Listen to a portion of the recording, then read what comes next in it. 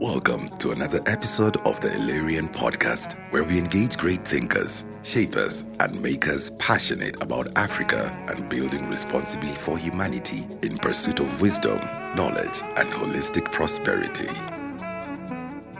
Welcome to another episode of Equatorial Perspective podcast, where we engage great thinkers and doers who are passionate about Africa and building responsibly for humanity in pursuit of wisdom, knowledge, and holistic prosperity. Today, we shall be talking about how we can foster a culture of building great tech responsibly for humanity. Our guest today is Dr. Bright Gameli. Dr. Bright, karibu sana. Thank you. Asante. Let me put it that way. How you doing? Great. Yourself? Okay, I'm very well. Yeah. Looking good. Yeah, you too. Okay. I'm curious to know, first and foremost, Yep. why the name Bright? I mean, where did that come from? It's funny. The thing is, the name Bright in Ghana is very common. Oh, Everyone is called Bright, especially if you come from the Volta region where I come from. okay. The name Bright is so common. Then I come to Kenya, I'm so unique, and I'm like, okay, all right, let me just get on with it. All right.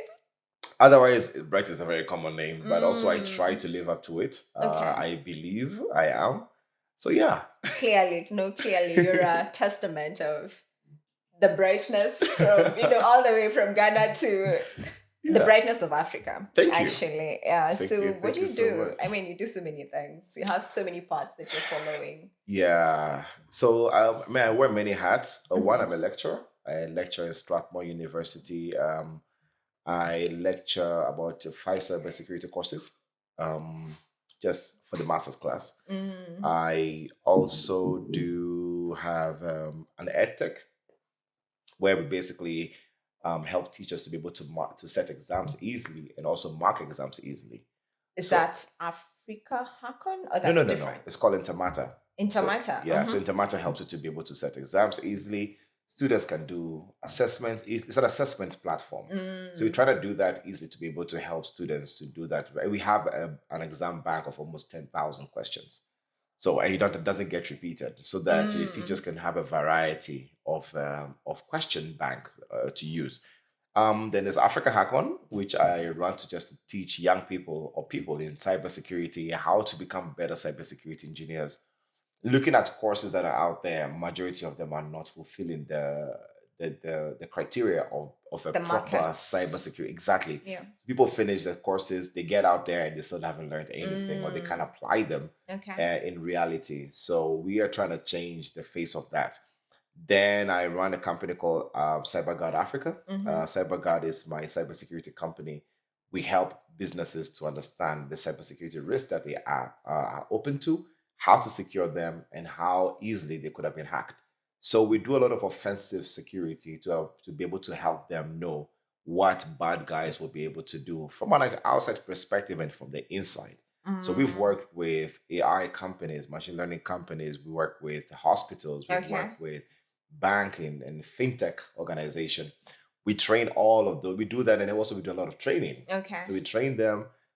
If we got even requests from law enforcement agencies across Africa asking us, can you just train us to become better cybersecurity engineers? Amazing. So that's what I do. I don't know if Right. I'm forgetting any. Uh, I've been seeing you a lot with Statina recently. yes. So starting is my other hat that I wear. Mhm. So many startups don't know how to run a business, how to be Okay. able to grow, how to be able to even use the bare minimum Mm. to go get a little bit of funding and the like. So we try to help Starting to bring that to realization. I'm actually starting another business very soon. Amazing. But I'm keeping that on the low for now. Okay. It's gonna be interesting. Then I also consult for another cybersecurity company in the UK. So we have done work with large corporates. When I say large corporates, Mm. I'm talking about Fortune 500 corporates in a world where we help them with policy and governance and helping them to be compliant as well. So those are the areas that I get to do. Those are the kind of things that I get to do every now and then. All right. Before you summarize this for a 10-year-old, like Yes. what exactly you do, I'd like you to shed more light on your edtech. I think that's the Yes. part that we rarely hear about. And who are you targeting? So basically, I mean, What's the name again? Intermatter. Intermatter. Yes. So Okay. Intermatter, if you look at it, I'm a parent, a Okay. father of two. Mm. If I want my daughter who is on a short holiday to do assessments or to do practice or revision, it's difficult. I have to get some questions and everything. So we want to make sure parents can easily get access to, say, they can pay 5 shillings or 2 shillings per question for their kid. Say, oh, go do revision for math, physics, or chemistry, Yeah. no matter what level, Yeah. right? And if you are a teacher, certain exams, most teachers, so for lack of better words, are lazy. I'm insulted. I'm sorry. Insulted. Most of us we're all lazy sometimes. All right. Come on, do admit it. Sometimes you don't want to set things. You don't have to think. Yeah, there's that side of Exactly. things. There's that side of things. Students go home, they come back from a short holiday. You want to test them again on a few things. Why spend so much time setting exams when you can basically pick from an exam bank, which can automatically mark, which has an AI agent to be able to actually help you mark as well. So it does the hard work for you. When a day and age, you don't have to start doing a lot of thinking when you have artificial intelligence tools that can help you to get those things done. Sure. So we trying to basically make it easy for people and also get accessibility to people to learn. A lot of people are not learning because they don't have access to some of these things. It will become so easy. I think at a point in time, what I want to achieve is somebody with a feature phone should be able to actually answer multiple choice questions on their phone or via WhatsApp or something as an easy way of learning. Yeah. That's the ultimate goal that Intermatter is trying to drive. All right. So who are you targeting? Who are your users? Your users is how do you call it? Primary school and high schools. Primary, that is KCSE. Which curriculum? All of them. British. Yeah, and the British, local yes, system in Kenya. Yes. Only for a start. We are starting with Kenya. Okay. But very soon we're looking to get into Tanzania. All right. We even got a request from Papua New Guinea. Oh, nice. That far away. And because we are partnering with others who are also in the edtech space, who are doing something else. Okay. And they want to leverage on our assessment platform. Everybody's showing the side of teaching, but they're not focusing on the side of assessment. Assessment and evaluation. Yeah. I also run a very simple company. I know I like solving problems that I'm getting tired of. So I hate raising my hand in a club.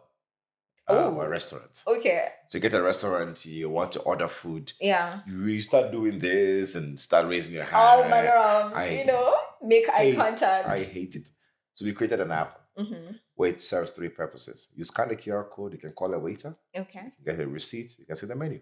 It's that. But the waiter gets a buzz on their watch.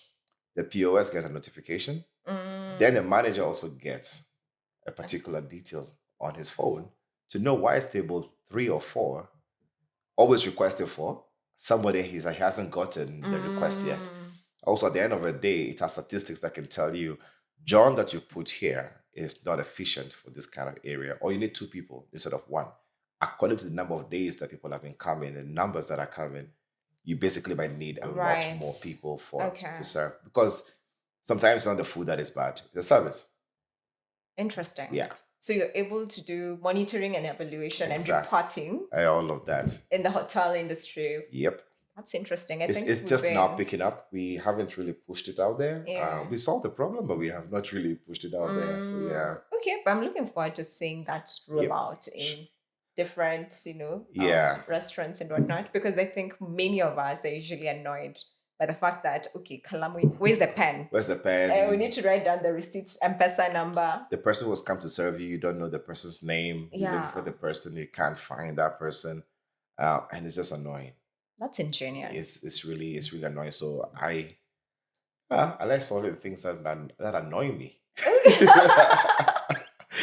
That's brilliant. So in summary, if you're to tell your 2-year-old what you do, what do you tell them?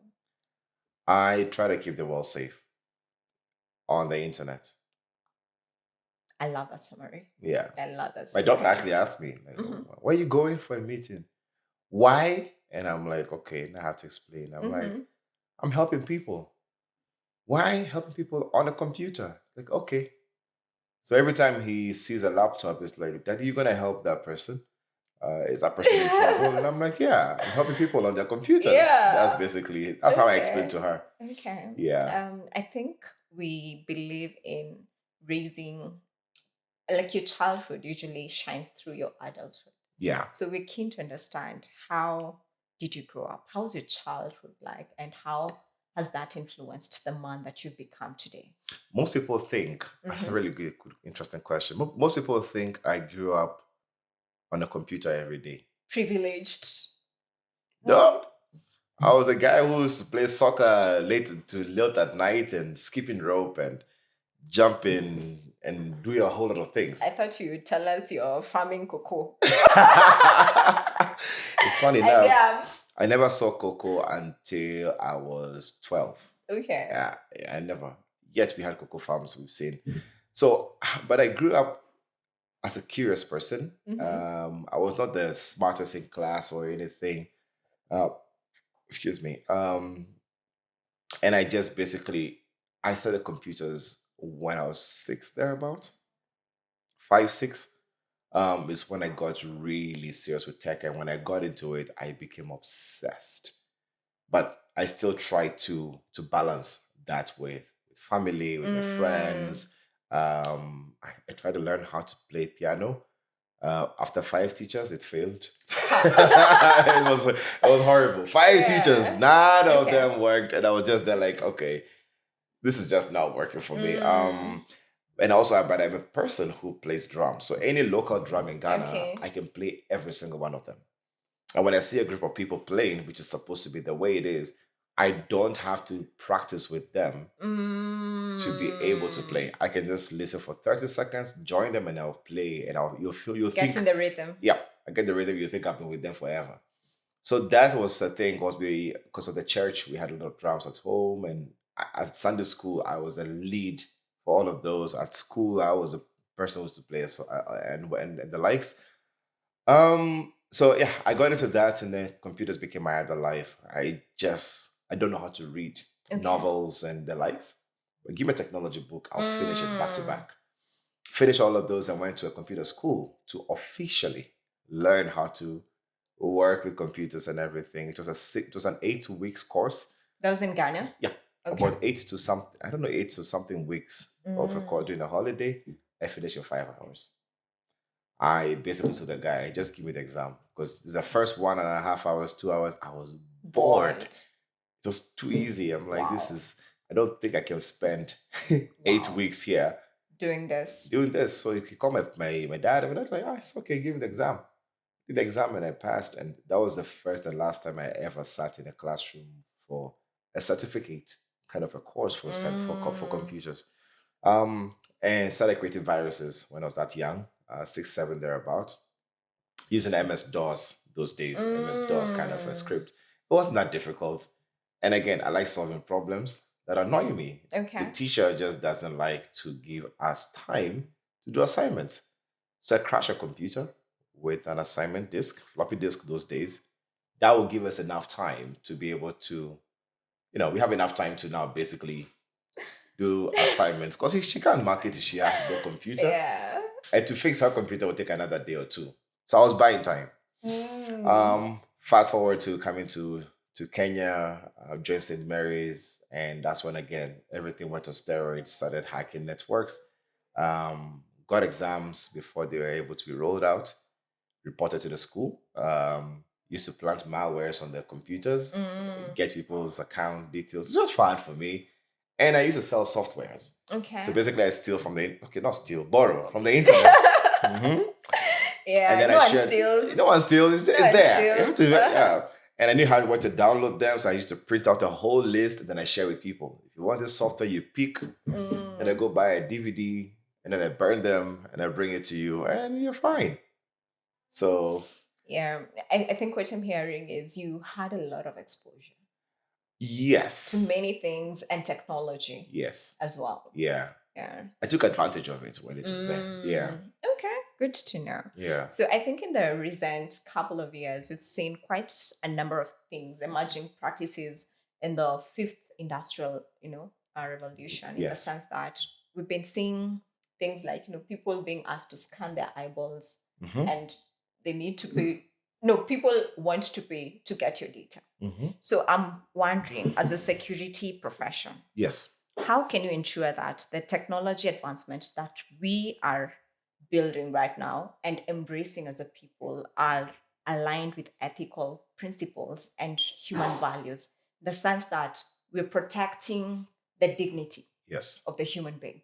Yeah. I think technology being built these days is doing a thing or two where it's a give and take, right? So I give you something, you take something by giving something out.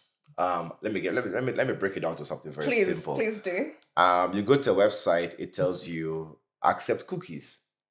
You're always going to accept the True, cookies, even if you definitely. don't want to. Yeah, If you don't accept it, that means you don't get a better experience. yeah.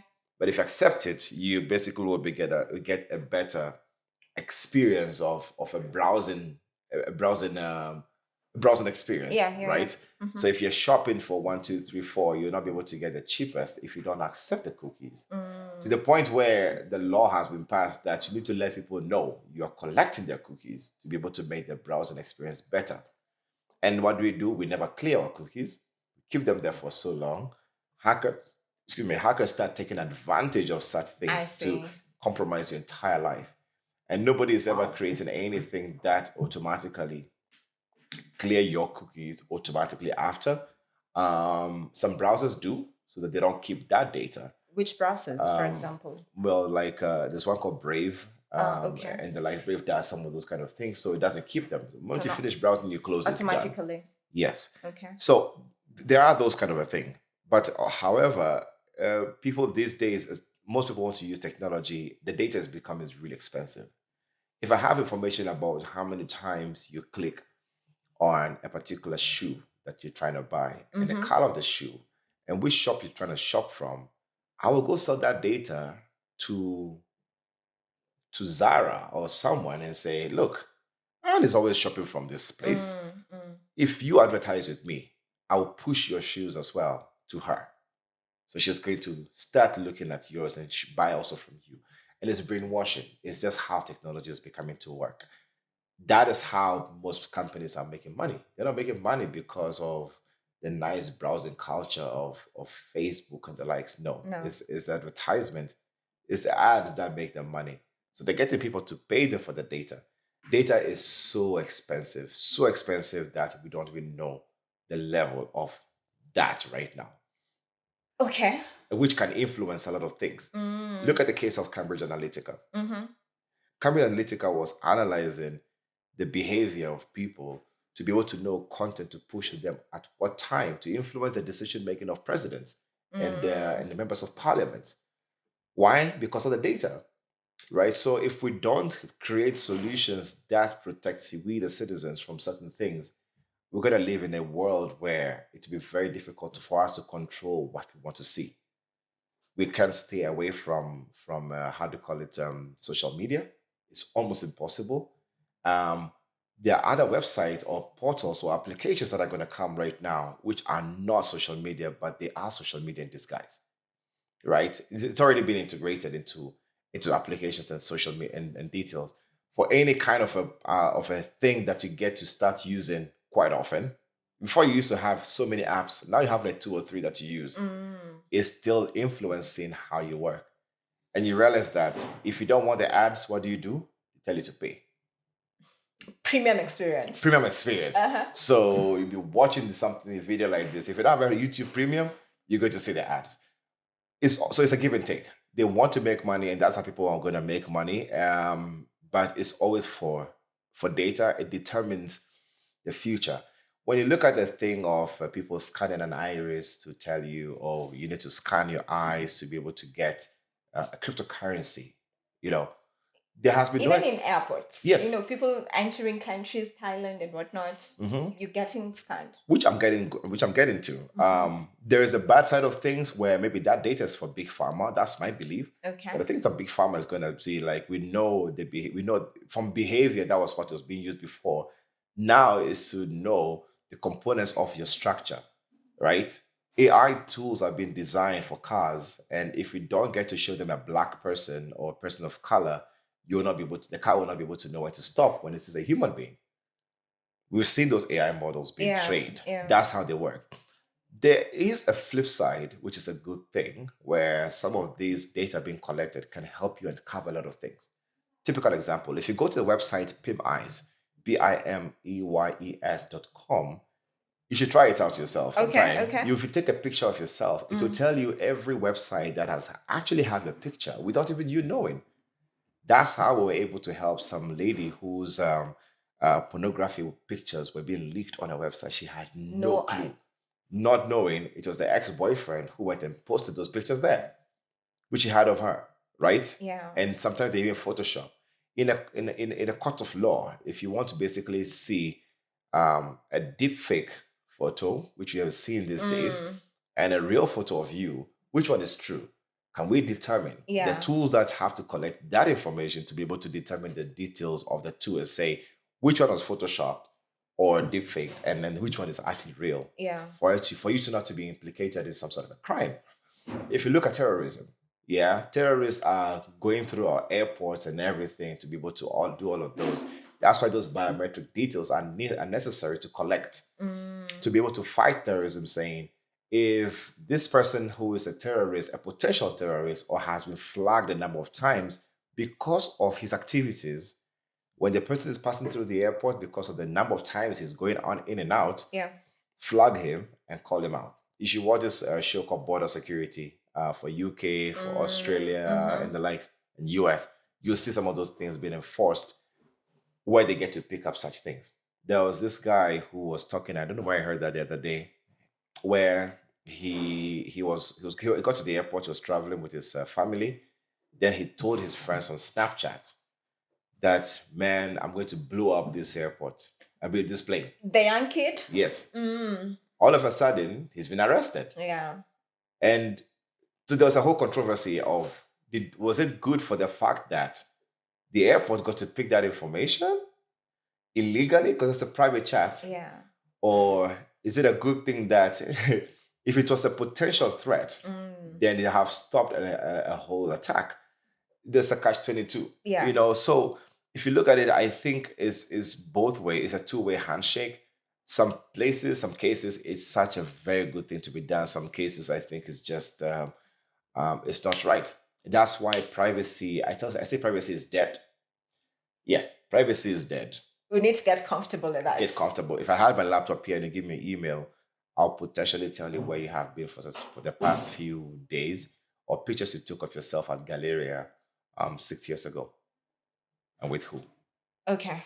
And if you had a watch that was tracking you connected to your email, and potentially could have picked that up.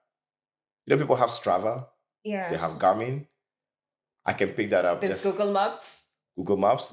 So Strava and Garmin alone, I have a tool that I can actually pick up your details of how long you even ran for, where you ran from what place, where did you stop to take a breather. Okay. All that information is there.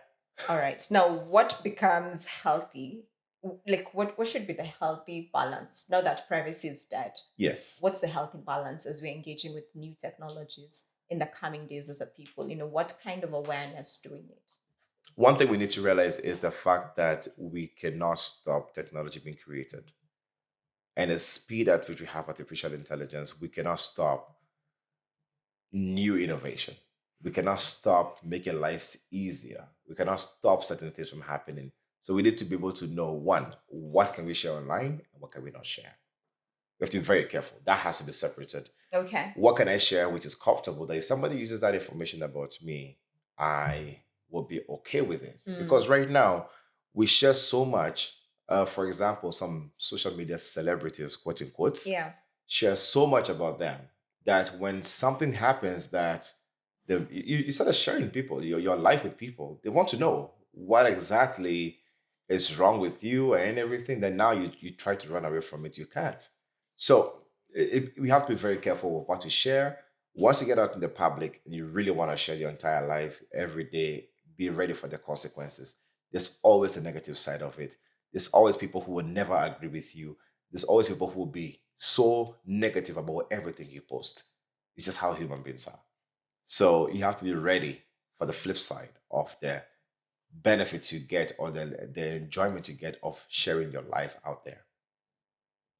Interesting. Yep. I think most of us are reactive to new Yes. technologies in the sense that we we don't understand the implications that comes with new technologies. Yeah. I'm trying to look at what kind of solutions do we need to raise up people who are aware, or like what kind of interventions can Yeah. we put in place to ensure that users are safe as well. So Because I'm yeah. a user-centered designer, so I'm Yeah. trying to look at, Garmin, Strava.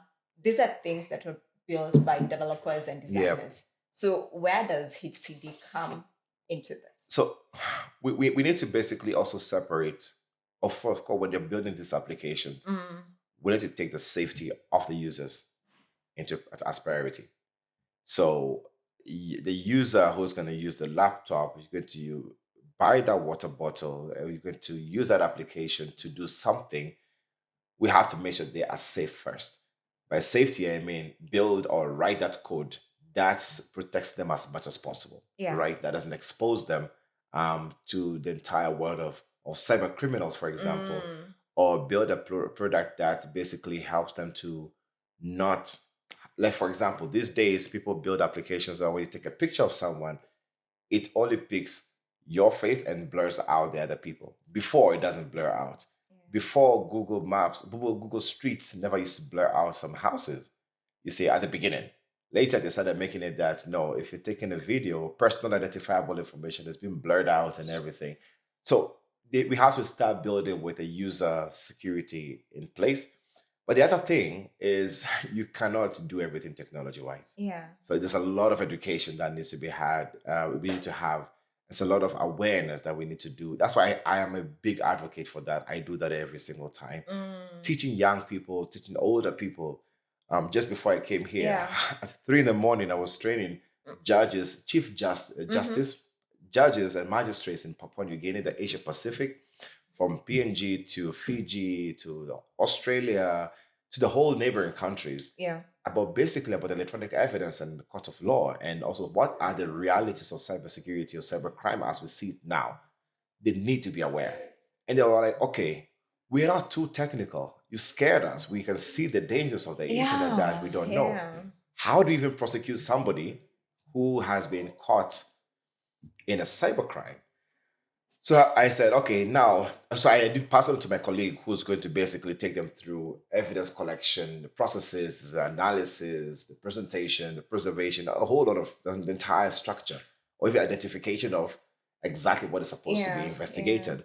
But it's because they don't understand, right? So the more we get to talk about this, the better. We have to create a lot of awareness as much as we're creating solutions technology-wise to solve some of these problems. I'm trying to imagine what kind of solutions do we need to put in place. I like what you're doing with Africa Hackon. I like what you're doing with Statinev. I'm trying to look at what entities do we need to start partnering with so that we can ensure that we are co-creating even with communities. I don't know if that's pie in the sky kind of idea. I don't know if it's possible. No, it is. It's totally possible. So for one, we're trying to partner with schools, universities, and high schools to teach the young people. Because some of the highest cyberbullying right now is in primary schools. And high schools. It's crazy. I mean, for lack of better words. And I see some of those cases and I'm shocked.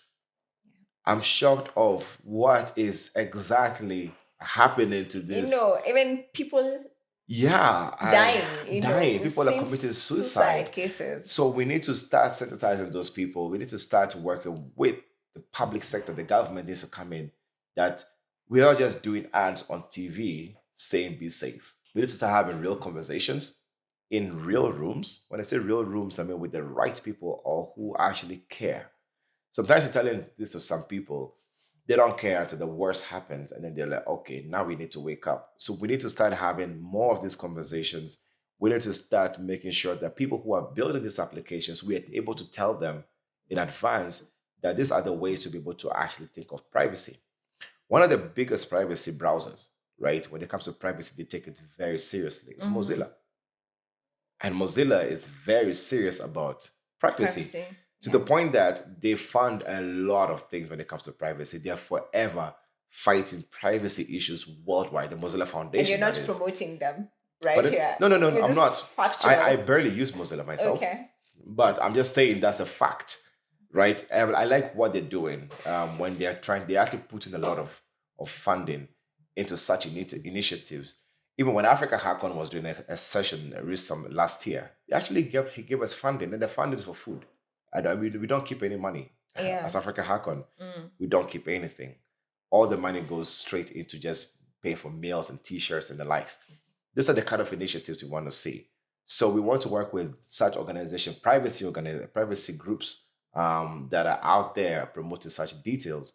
If you look at the AU Malabo Convention, it drives some of those initiatives for cybersecurity, safety, and everything.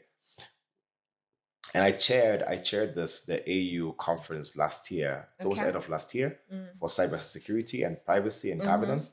And I realized there's a lot of things we're not doing as public and private sector. There's so much, there's a big disconnect. So the earlier we kind of bring all of these conversations together for people to understand the policies, the governance, and also the law, we're going to have a very difficult time. But I think a lot of work has been done. If you look at data protection, data protection commissions are being set up everywhere. And I'm happy Kenya also got to jump on it because Ghana, we started that in 2015. Yes. We started that in 2015. I was part of the team that did the technical aspect of the setup. Okay. So you cannot launch a mobile application just like that in Ghana without ensuring that the security of people are safe.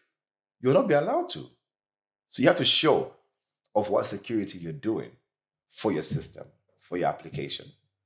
Kenya, we are still struggling with that. I know a few of them are getting to conform to that the practice and standards, but Ghana has been way ahead of that, which is not a bad thing. Kenya has started. I can see a few people have been fined for that. It's something, and some of the reasons why there people are being fined is because most of us in the private sector are challenging the government, the Data Protection Commission. Why are you not charging people? Why are you not fining them for the kind of ways they are misusing customer data in the country? Then they got to the point, it's like, okay, now we need to show people exactly that we are there. So I'm happy where we are. We're getting somewhere. We need a lot more countries to be able to jump on it. Collaboration. And I've been to a few conferences. I've done a lot of conferences. 318 to be specific. And out of those, I keep on seeing now the exchange and collaboration between all of these entities of saying, this is how we're doing it in Seychelles. This is where Uganda needs to be. This is where we think Tanzania can help. And Kenya, you can actually contribute like this. Can we exchange ideas? I just joined the cybersecurity fellowship for Commonwealth Secretariat. And we're about 30 in the group. Almost the whole of Africa. Technically, they picked about 2-3 people from each country. And when we had conversations, this was some of the things that are coming out. How do we build our security incident response team? How do we build privacy? How do we push that agenda? So we become ambassadors. Who are the players needed? You know, in this ecosystem. Then you see, how do you call it? The POPIA Act has been enacted in the South Africa, which has to do with a whole different kind of things we're looking at. So picking up from there, we can also start implementing those, bring it back to the government, do a report and say, this is a thing we need to start thinking about. So it's a lot of collaboration between multiple agencies, but especially the government sector needs to wake up. Well, I think, how do we awaken it? That's the other challenge. Who do we need to push that button? I think right now my focus is on developers and designers and things that are in our control. How can we start pushing a culture of responsible building? Yes, we if you look at developers and design thinkers like you look at applications and how someone's going to fail before it gets to be built. We're always putting security as an afterthought. So if we don't put security from the beginning, from the word go, we were not going to develop applications or systems or processes to have security in mind. For example, if you look at a developer who's collecting biometric information to verify somebody, it's username, password, maybe facial recognition, Yeah. verification to their email. If the verification to the email is not having security focus, meaning I can be able to bypass that and put another email, verify on the behalf of that person, and it will come us through, Okay. right? But it's not matching the details to be able to be sure that I am building an application that is verifying the true nature of who I am, right? Yeah. We are building applications just collecting that information and we're storing it on a web server somewhere randomly. We're not thinking about the fact that you need to actually get Good. both things together to make sure you don't expose the data of somebody. You see a lot of API issues. API issues have become their biggest. To collect any information about somebody, export an API. There's one API in the country right now as we speak. If I put your ID number, I have everything about you. What kind of profession you have, when your ID, when that business was written, when the details were actually put into that system. Have I reported it? Yes. Have they taken action? No.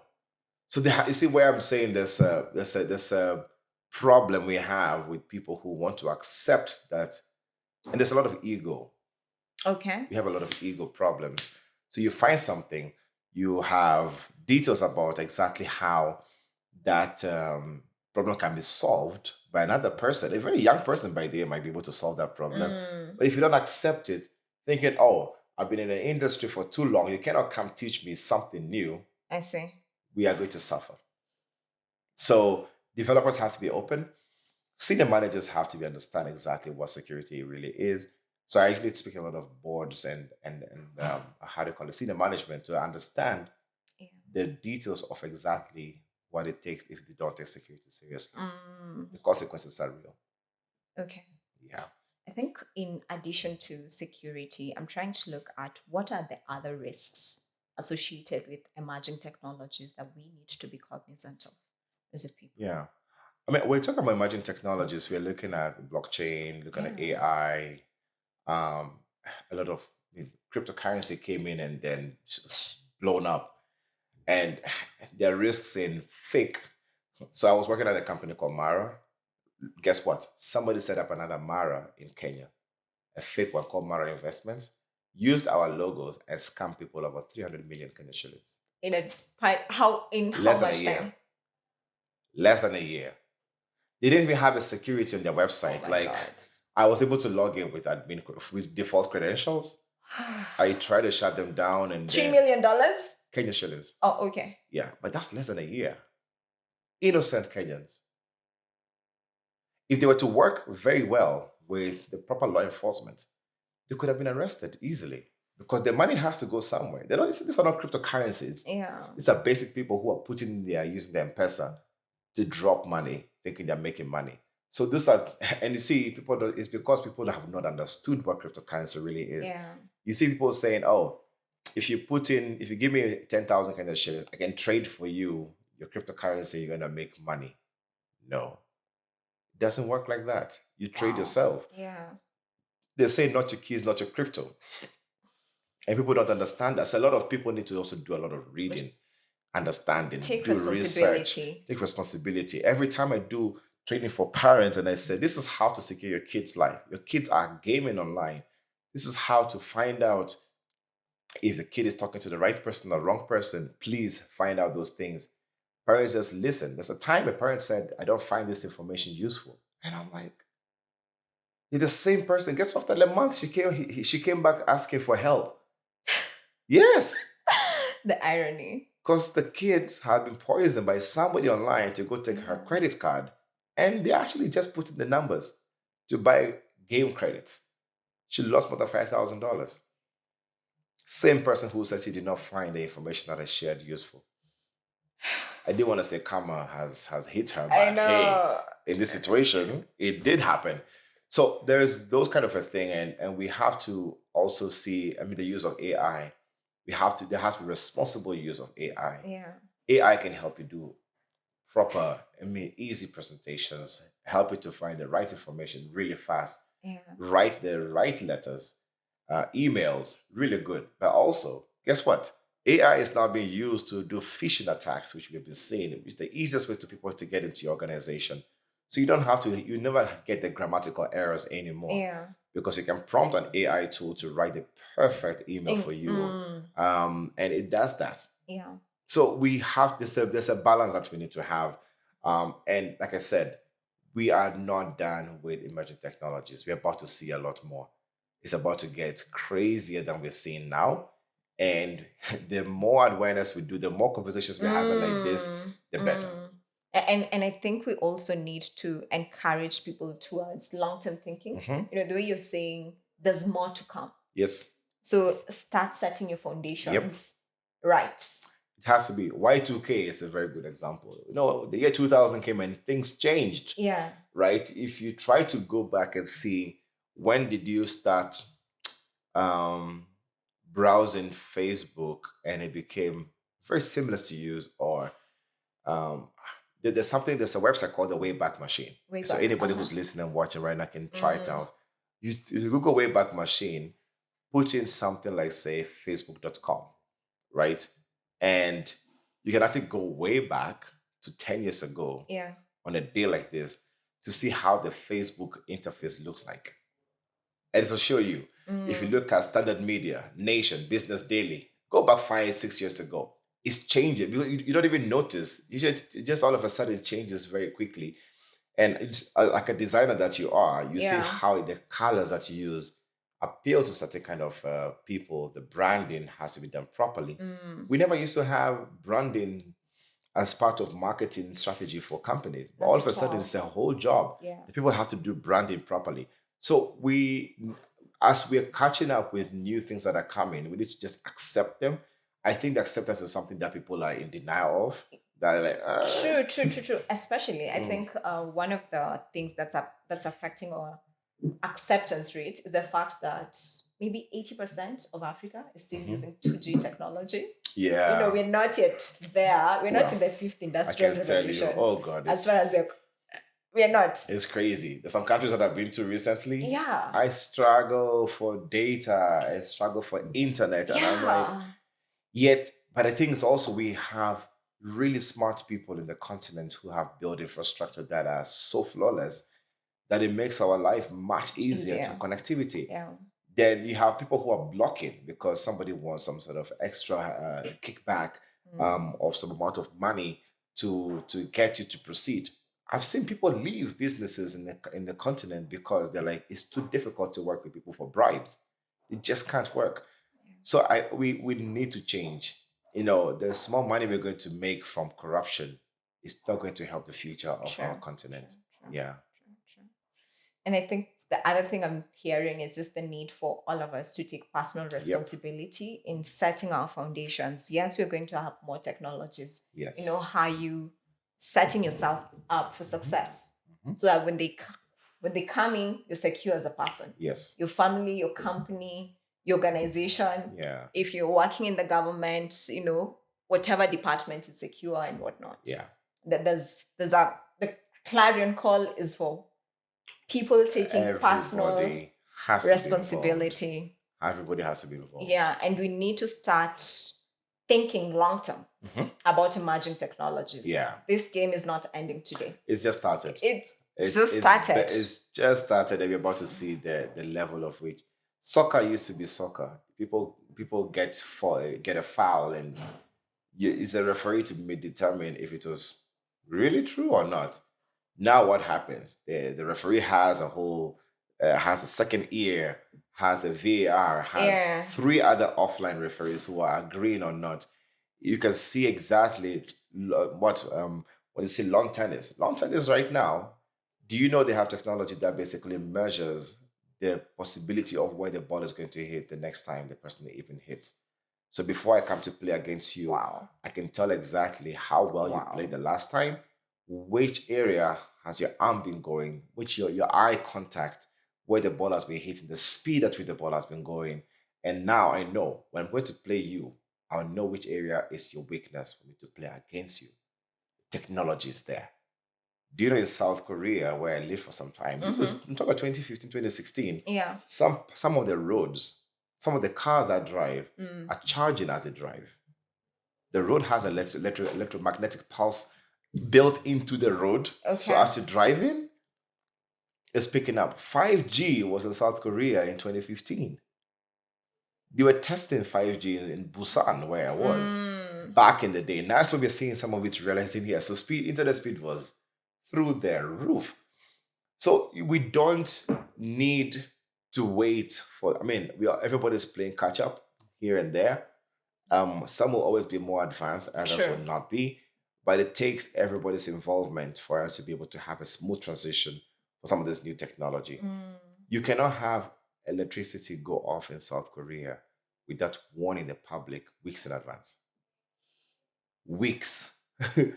Like you get a public alert, Yeah. offline or online, you get an alert by force saying you're going to have power off between this day and this date because they want to switch from the winter turbines to the summer turbines. That's how serious the country is. And everybody conforms to it. People don't steal phones.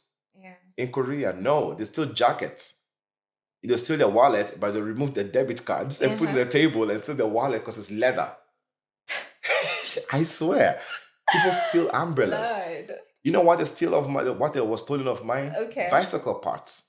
The front and the seat, the front tire and the bicycle seat. That's what is important to them. Nobody will steal a phone because they know the phone has been so secured to a way that you cannot use the phone anywhere else. Yeah. You cannot use that debit card anywhere without the moment you swipe your card, the camera takes a picture of you for that moment that you swipe that card. So if I put your debit card number, I can tell everybody you swipe the card, plus which store, plus the picture or the time that you swipe that card. Do you know you don't put a pin for cards with swipe? No. In South Korea, you can sign anything. You don't put a pin. That's how trust has been built. That's how much trust has been built into the country, and it's because of building the culture in the people, and the people have driven to the level of which they are like, oh, you know what? We will never ever steal such a thing. You drop your phone right now, go to the nearest police station the next hour, you'll find it there, or they'll find you. Police have access to all main code for a building. Wow. For an emergency. Wow. Law enforcement, firefighters. So they know when they come to your building, they're not going to ask for your door, the main door key, code, because every house has a code. Most of them. They know how to open because of security. And nobody's coming to steal. Rarely will you ever have theft. You can leave your door open. I used to leave my door open. I go to do a laundry because I want to do a washing and drying. Which is about 5 minutes away. I'll go and come back, and my door is widely open. Nobody ever steals that. I'm trying to just first, I'm blown. My mind is blown. Secondly, I'm just looking at where we are at as a country. Yeah. How do we develop a culture of long-term thinking? Our education system has to change. Our education has to start teaching these people or these young kids growing up. This is the best way to be able to do 1, 2, 3, 4, not just technology wise, even mindset. Your life. Your life, socially, economically. Yes. We need to stop forcing curriculums into people and say, you have to study ABC. If you don't do this, you're going to fail. So you have to teach them how to be responsible from a young age before we grow up. It's culture. A culture will change with generation to come. We keep on hearing the complaints that Gen Zs of these days don't know how to work in offices. It's a funny one where one of our colleagues, he's in the office and it's a new intern. 20-year-old intern came in and said, day one, it's like, I want to work from home. Day one, it's your first day at work. You want to work from home. You claim you're the best at computers and you don't know how to install basic things. Even research doesn't want to. It's like, I'll take their laptop to town to get somebody to actually install that for me. It's just basically the attitude that we're getting as well. Back in the day, you will wait a whole day to get an interview to be an intern. These days, they're feeling so privileged. So it's because of the mindset that we're getting also. And it's all because of the tools that we are seeing being used and being out there we have to change that mindset. And it Our depends on attitude. attitude has to change. And that changes with us who are already in the system or have seen some of the things. Otherwise, these young people are going to suffer. How many lawyers graduate every year? How many computer science students graduate every year? Yeah. Many. How many are going to get a job? How many have the entrepreneurship mindset to start something and make a little bit out of it? How many are thinking that the problems you're solving is not just for Kenya? It's global. For global. Global thinking. How many are looking at? Do you know most people in the States, in Europe and everything, after they finish high school, they travel. They do backpacking. Yeah. I used to work in a store in a coffee shop where we had a house. People come to live there for 2 or 3 months and they work at the cafe for 6 hours a day. Or 4 hours a day. It's simple. It's an exchange. And they get time to explore the town, they explore the culture, and some of them never leave. And they're like, okay, we're here now. I might as well stay. They'll get us a small-time job to do and everything.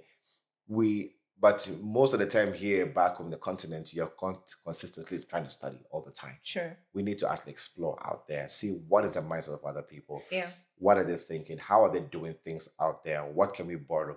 Some things we do here, they don't understand. The first time I showed them PESA USSD to somebody in South Korea, they were mind blown. It became a whole topic of town. Yeah. My professors went and called other professors from other universities, like, come see this magic. This mobile guy money. Just dialed, because they have never seen a feature phone, so I actually brought one for them. And we dial star, and I'm like, this is the money I have. I'm going to purchase something right now. And this is how it works. It was a whole phenomenon. We have to start thinking globally than locally. Okay. Yeah. Thank you so much for your time today. Thank you so much. That wraps our conversation today. Yeah. And maybe just one thing. I don't know if you've left out anything. We are keen on picking, people's minds on how we can build a better generation. You've mentioned it in your last statement. But I'm just thinking, if you have any additional thing to add to that, what do you think needs to be given to an African child in their early days of development, from where you're sitting, in addition to exposure? I think we have to just be very intentional about the kind of things we expose the young generation to, and have very brutal honesty, very honest conversations with them. I've seen a lot of parents who are scared to talk to their parents about their kids or certain things. And some of them are brutally honest with them and say, you cannot do ABCD. And also the kind of approach we use. My daughter threw away the household phone the other day. House helps? Yes. Okay. She just got mad that she can't watch Coco Melon after a particular time. And instead of shouting at her, we was like, no, come. We let her cry. We said, when you're angry, this is what you do. You can let it out and stomp the feet. And she's like, okay. She tried it out. She's like, okay, now I know how to do it. And now we sat and said, we don't throw phones. You know what she did yesterday? She threw my other phone. And they said, Kekeli, don't throw the phone. She said, but there's a carpet. It's what she told me. She said, Daddy, there's a carpet, so it's not going to break. So she now knows the difference of where she can throw a phone and everything. She's like, no, Daddy, here, there's a carpet. So I'm happy she has learned that throwing phones is bad, and she can only throw a phone when there's a soft landing for the phone that it will not break. Had I shouted at her like, no, don't do that, never, that's not going to work. It's not going to work. So it's knowing the difference between right and wrong, trying to educate them and not influence the entire decision, but leaving room for that as well, is what we need to do. I think we've come from a generation where we've been told, if you don't do ABCD, you're going to get 1, 2, 3, 4. You're a failure like this. And it's such words are really harsh. So we need to make sure we understand communication skills, being honest, and being able to actually just take the things that are changing in our environment into consideration for the young generation. Yeah. Which is very crucial. Yep. Because I think we are living in a time of change. Yes. Like this is the beginning of changes that we've not fathomed or imagined. Yep.